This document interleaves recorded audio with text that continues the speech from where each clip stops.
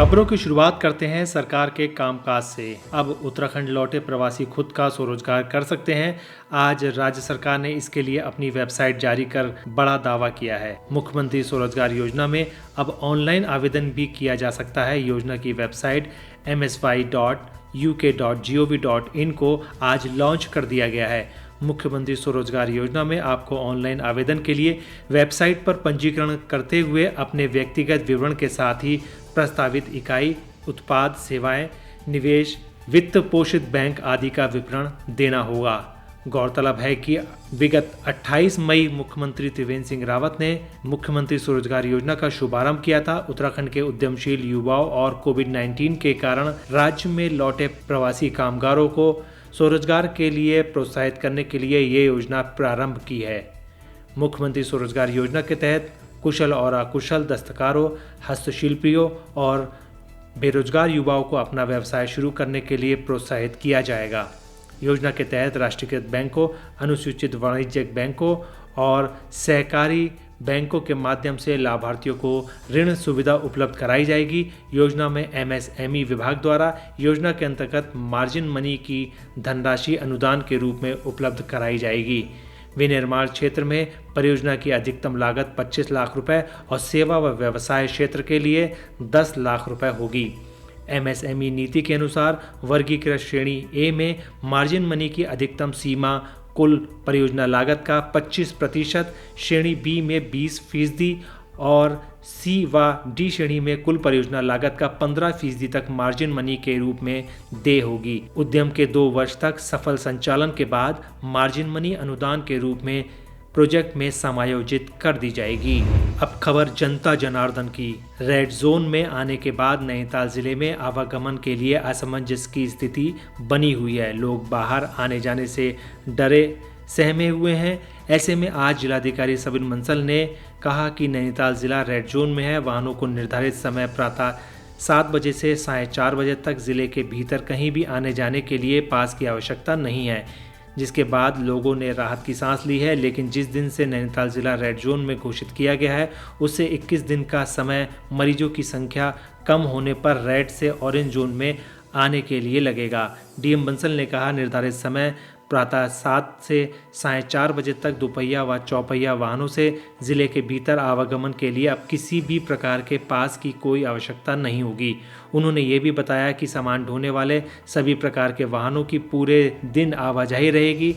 बंसल ने कहा कि मास्क पहने, वाहनों में सोशल डिस्टेंसिंग रखने, सैनिटाइजेशन नियमों का पूर्ण अनुपालन अनिवार्य होगा। उन्होंने पुलिस अधिकारियों को निर्देशित किया है कि वे निर्धारित समय में वाहनों को अनावश्यक रूप से परेशान न करें। खबर विपक्ष और राजनीति की। नेता प्रतिपक्ष डॉक्टर इंदिरा हृदयेश ने राज्य सरकार को एक पत्र लिखते हुए कहा कि प्रदेश में सफाई कर्मचारियों एवं निम्न वेतनमान पा रहे कर्मचारियों के वेतन से कोई भी कटौती न की जाए। इससे उनके परिवार की आर्थिक स्थिति पर खराब असर पड़ेगा। नेता प्रतिपक्ष ने कहा कि कई विभागों में वर्षों से सेवा कर रहे उपनल कर्मचारियों की सेवाएं किसी भी स्थिति में समाप्त न की जाए। इस दौर में सभी को रोजगार की जरूरत है, ऐसे में उपनल कर्मियों को भी न हटाया जाए। उन्होंने सरकार पर सवाल उठाते हुए कहा कि एक ओर तो सरकार नए रोजगार पैदा करने का दावा कर रही है, वहीं दूसरी ओर कर्मचारियों को हटाने की रणनीति बना रही है।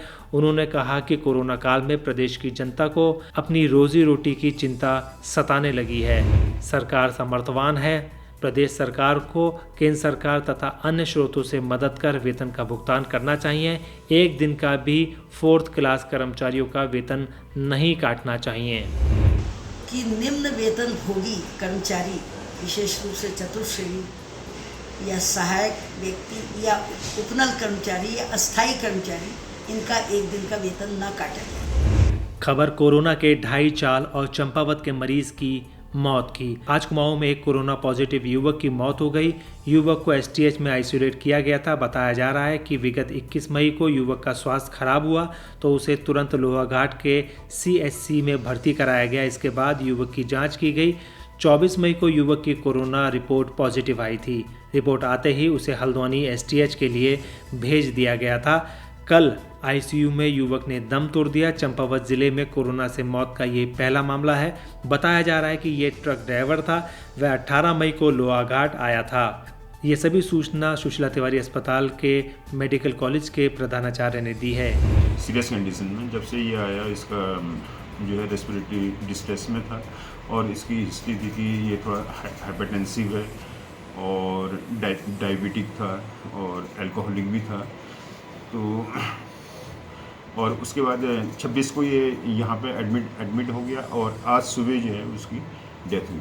ये कोरोना पेशेंट भी था सर?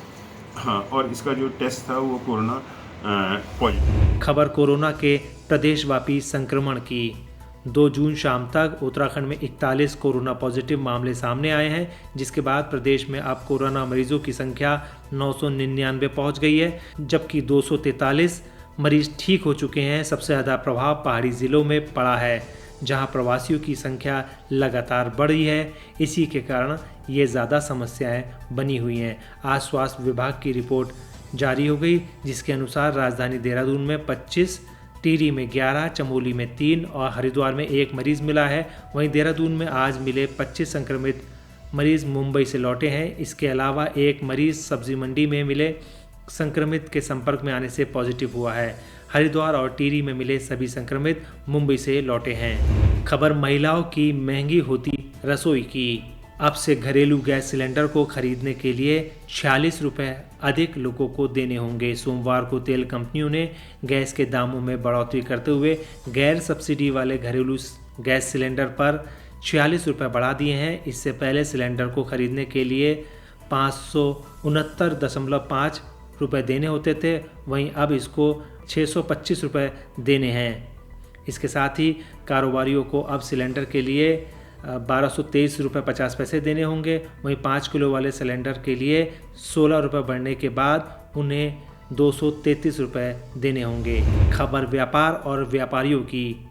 अनलॉक 1 में केंद्र सरकार ने सभी बॉर्डर्स को खोल दिया है, लेकिन उत्तर प्रदेश और उत्तराखंड का बॉर्डर अभी भी केवल आवश्यक सामग्री को छोड़कर आवागमन हेतु आम आवागमन के लिए सील है। वहीं वाहनों की आवाजाही रुकी हुई है और उत्तराखंड और यूपी के बहेड़ी बॉर्डर पर बैरियर लगे हुए हैं। सीसीटीवी से लोगों को अनुमति के साथ ही आवश्यक वस्तुओं के लिए भी खोला जा रहा है। केंद्र सरकार ने दूसरे राज्यों में जाने के लिए पास की अनिवार्यता को खत्म कर दिया है, लेकिन ये बगैर पास किसी को नहीं जाने दिया जा रहा है, जिसकी वजह से वहाँ जाम लग गया है और लोगों को गर्मी में कड़ी परेशानियों का सामना करना पड़ रहा है।